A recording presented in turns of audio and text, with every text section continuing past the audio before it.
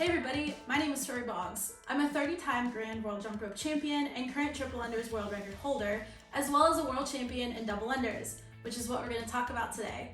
As y'all prepare to take on the RPM 10K Doubleunder Challenge, here are a few tips and tricks to help you out along the way. A Doubleunder consists of one physical jump into the air and 2 rope revolutions. Doubles, or dubs, are other popular terms to describe this skill. The coordination between your arm movements and your jump is really the biggest secret to mastering the Doubleunder. When it comes to doing Doubleunders in a competitive setting, I recommend RPM ropes because the aluminum handles are light to use for longer periods, but provide enough weight for control. And paired with a light rope that's going to cut through the air quickly, it creates the perfect mix. Rope length is one of the most important aspects of getting jumps and doubles down. The length of your jump rope should be unique to you and your technique. The best way to size your rope is to stand on it with both feet and pull upward on the handles. If your handles are going all the way to your underarms, the rope is way too long. If the rope is too long, it will strike the ground too far out in front of you. This will make it bounce up over your feet or make you have to jump higher to clear the rope, therefore losing efficiency. When you stand on the rope, you want the handles to fall between the bottom of your rib cage and your chest.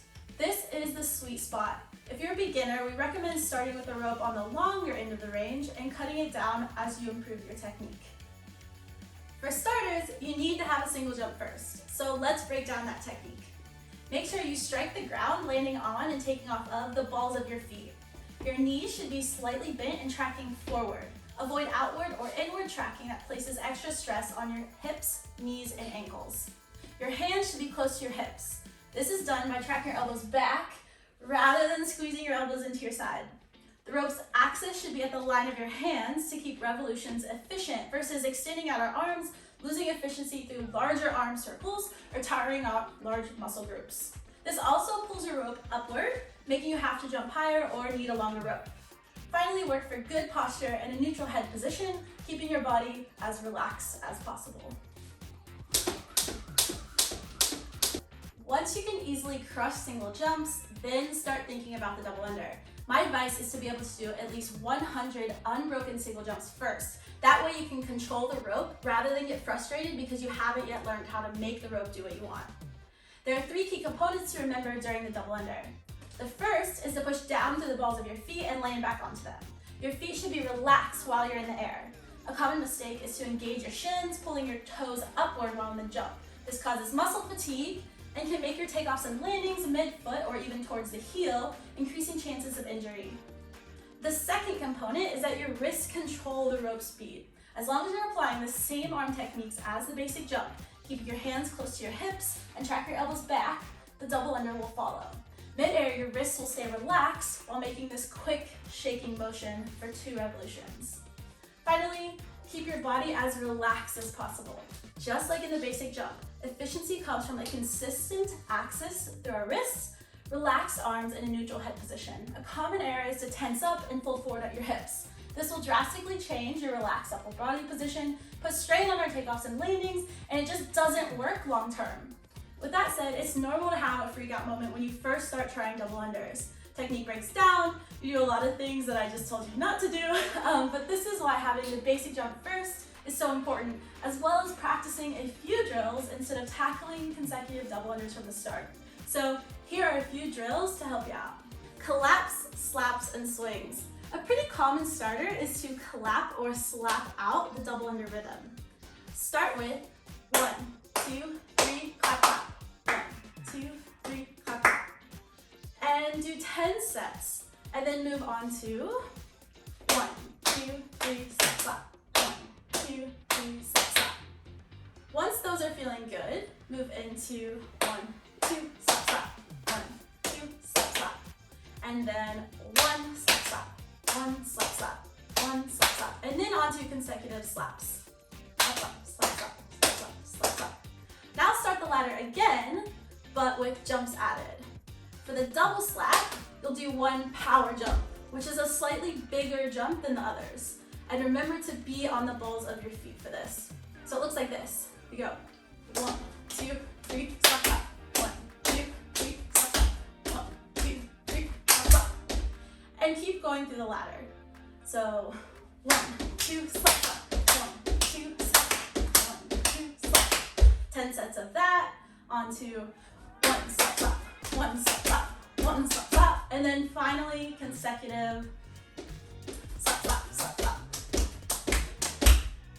Finally, if you have a loose rope, put it into one hand, and now we're gonna practice the same ladder rhythm, but with swinging the rope. I would recommend starting one hand at a time to get the swing down. That looks like this. And you wanna be thinking about the technique of bringing your hands to your hips by pulling back your elbows. Bonus points if you can do this in front of a mirror to help track the path of your rope so that you make sure it's moving parallel to your body. So now we do the rhythm. 1, 2, 3, swing, swing. 1, 2, 3, swing, swing. 1, 2, 3, swing, swing. Once you've done that in 10 sets, move on to 1, 2, swing, swing. 1, 2, swing, swing. 1, 2, swing, swing.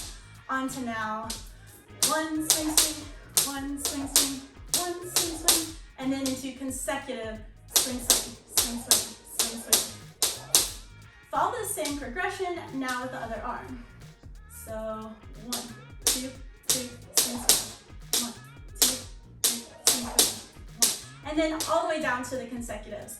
If you have 2 ropes, after this you can put them together to have both ropes swinging at the same time. If you're having that freak out moment with your arms during double unders in general, when you start doing it with the rope, this is really the drill to hit hard. Dub progressions. So now it's time to jump over the rope. Start with 3 jumps and 1 double under. And stop. Now repeat it again and jump after your double under.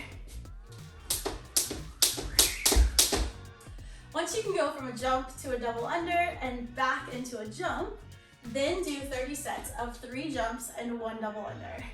So you get 30 double unders total. If you're getting this, then cut out a jump and do the same drill with 2 jumps and 1 double under for 30 sets.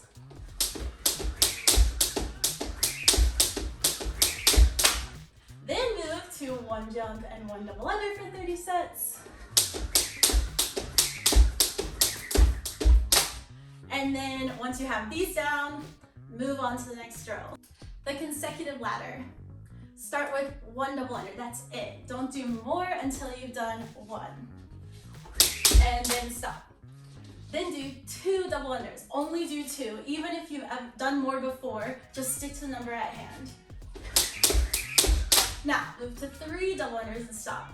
Then 4 and stop. Follow this pattern forward until double unders are easy to string together and you're good to go. If you're able to get 30 consecutive double unders and find that you're consistently messing up after this, that then becomes an endurance or fatigue issue and requires more training. For the final drill, it's an idea I learned from CrossFit Grandview in Columbus, Ohio, and repurpose it for double unders. Play Thunderstruck by AC/DC, jumping single bounces the whole song, and every time you hear thunder, do 1 double under. It's a great way to warm up your double unders and rock out at the same time. When it comes to mastering double unders, I would definitely encourage you to take time outside of your CrossFit training or general workout to just focus on getting the correct technique and building into the doubles. This way you can approach double unders in the workout with confidence and make your training time ultimately more fun. We're really looking forward to seeing your progress throughout the RPM 10K challenge. Have a great time with it and enjoy the journey.